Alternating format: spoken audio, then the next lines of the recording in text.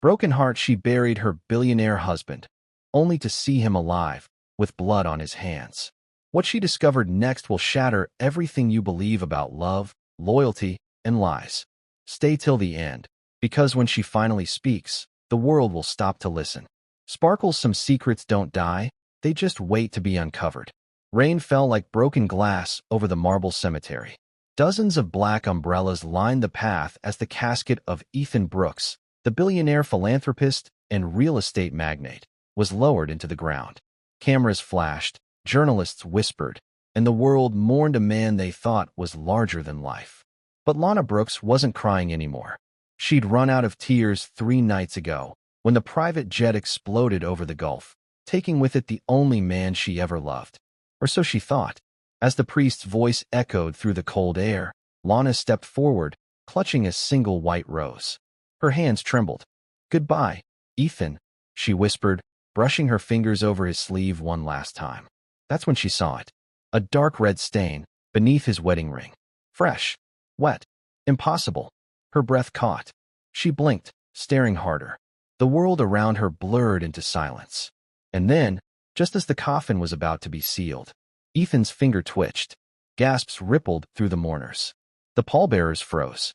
Lana's heart stopped. But when she looked again, nothing. Stillness. The priest continued his prayer. Maybe she imagined it. Maybe grief had finally broken her mind. Then a voice came from behind her, soft, raspy, and unfamiliar. "Sometimes the dead don't stay buried." She turned sharply. No one was there. Just the wind whispering through the headstones. The rose fell from her hand. The camera pans in on her face. Confusion, fear, disbelief. The screen fades to black as thunder rolls across the sky. Lana hadn't slept in 3 nights. Every time she closed her eyes, she saw it. The red stain, the twitch, that whisper that clung to the back of her neck like smoke. The mansion felt colder now, emptier, even though every chandelier still glittered and every portrait still smiled down from the walls. But Ethan's absence haunted everything. His cologne still lingered on the staircase. His voice, calm, commanding, still echoed in her head. She sat at his desk that morning, staring at the stacks of condolence letters and the framed Wall Street Journal cover declaring, "Tragedy in the skies. Billionaire visionary dies in fiery explosion." Her phone buzzed. Unknown number. Subject, "Stop." She frowned. Opened it. A single sentence glowed on the screen. "He's not gone. Don't look for him." Her hands trembled. Then, another notification. A photo. It was grainy, but unmistakable. Ethan, alive, standing in front of a motel somewhere outside Miami. His face hidden beneath a cap, his hand gripping the shoulder of another man. Someone she didn't recognize. Lana's breath hitched. Her vision blurred. She whispered, "No, this isn't real." But deep down, in the hollow space where grief had lived, something colder began to grow, suspicion. The photo vanished. Message deleted itself. Then the house alarm suddenly chirped. Motion detected. Front gate opened. She turned toward the window. A black car idled at the end of the driveway. Headlights flickered once, like a signal. And then, it drove away.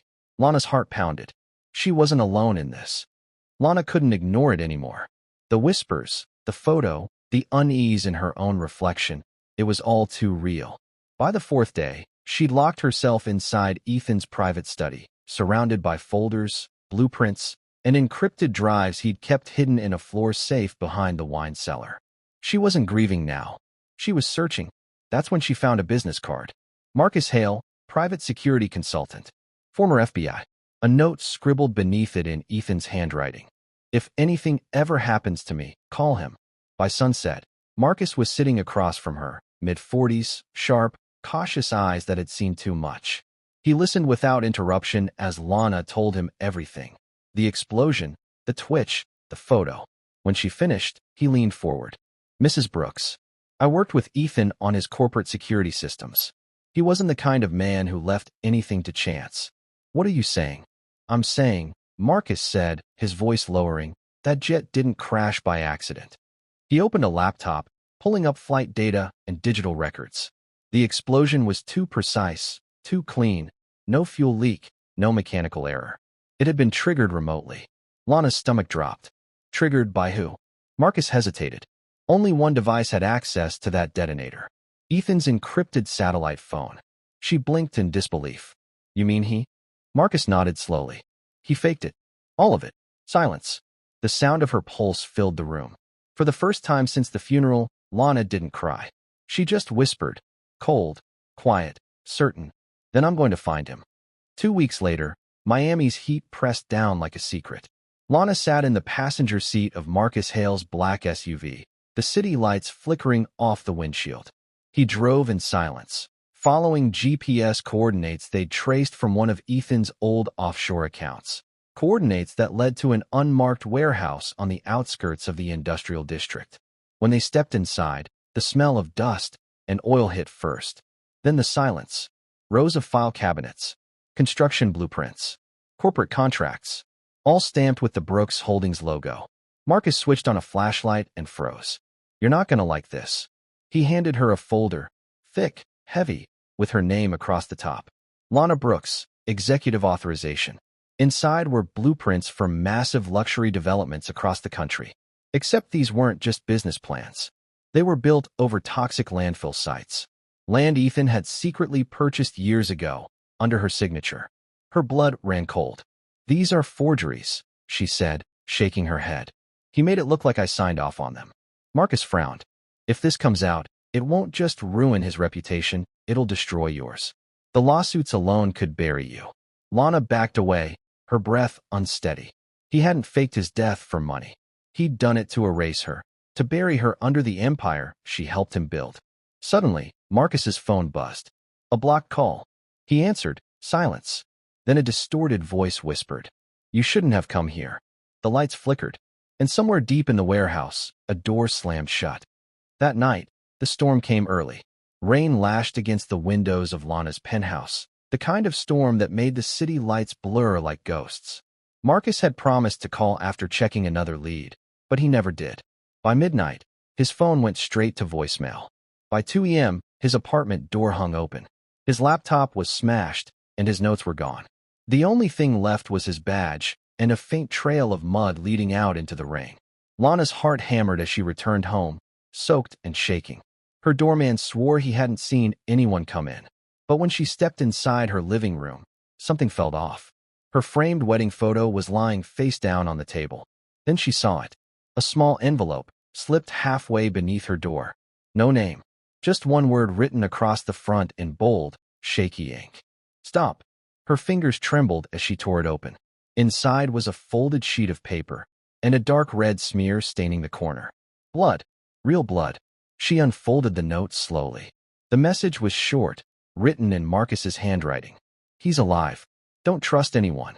Stop before he finishes what he started. The paper slipped from her hands. Lana's reflection stared back at her from the window, pale, terrified, and uncertain whether the man she buried was haunting her or hunting her. Lightning flashed. For a moment, she thought she saw a silhouette across the street, tall, motionless, watching. Then it was gone. And in the darkness, Lana whispered to herself, He's not dead. He's coming for me. The storm hadn't stopped. It was as if the sky itself refused to look away from what Lana was about to see. Marcus's last message had contained only coordinates. No words. No explanation. Just numbers. They led her to the edge of Miami, to a crumbling mansion swallowed by vines and silence. Ethan's old property, one he'd supposedly sold years before the crash. Her car headlights cut through the rain, revealing rusted gates swinging open, as if waiting for her. Inside, the air smelled of mold and metal. She followed the faint hum of a generator down a hallway lined with portraits of Ethan's ancestors, powerful men with the same cold eyes. Then she saw it, a flicker of light beneath a door, a shadow moving, and the sound, muffled, wet, rhythmic. Her heart climbed into her throat. She pushed the door open. There he was, Ethan, alive, standing over a body. His white shirt was splattered in blood, fresh, dark, dripping from his hands. Marcus lay motionless at his feet. For a second, neither spoke. Then Ethan looked up, calm as if she'd walked in on him reading the morning paper. Lana, he said softly, you were supposed to die in that plane. Her knees nearly buckled. Why, Ethan? Why would you? He took a step forward, blood glistening in the dim light. Because you were about to ruin everything. You were never meant to uncover what we built. Lightning cracked behind him, illuminating the monster her husband had become, or perhaps the monster he always was. She backed away, whispering, "You're not dead. You're not even human." Ethan smiled, a slow, haunting smirk. "Neither are you anymore." The rain battered the mansion windows like a warning, but Lana barely heard it. Her pulse thundered louder than the storm. Ethan wiped his hands on a towel, as if washing away Marcus's blood could also cleanse his conscience. He looked older, colder, a shadow of the man she had once fallen asleep beside. "Say something," Lana whispered, her voice cracking. "Tell me why." He turned to her slowly. "You wouldn't understand. Try me." A long silence stretched between them, the kind that burns more than it heals. Then he spoke, his tone almost tender, like he was comforting her while breaking her soul. "My family's company wasn't built on clean money, Lana. We made enemies, powerful ones. The government was closing in. You started asking questions, tracing transactions, following names you shouldn't have." Her tears blurred the edges of his face. "So you faked your death? You blew up your jet and left me to bury you. I had to make them think I was gone. But when you didn't stop digging," he looked up, and for the first time, his voice faltered. "You became a liability." Her breath caught. "You were going to kill me." He didn't deny it. He just stepped closer, his words a whisper laced with regret and poison.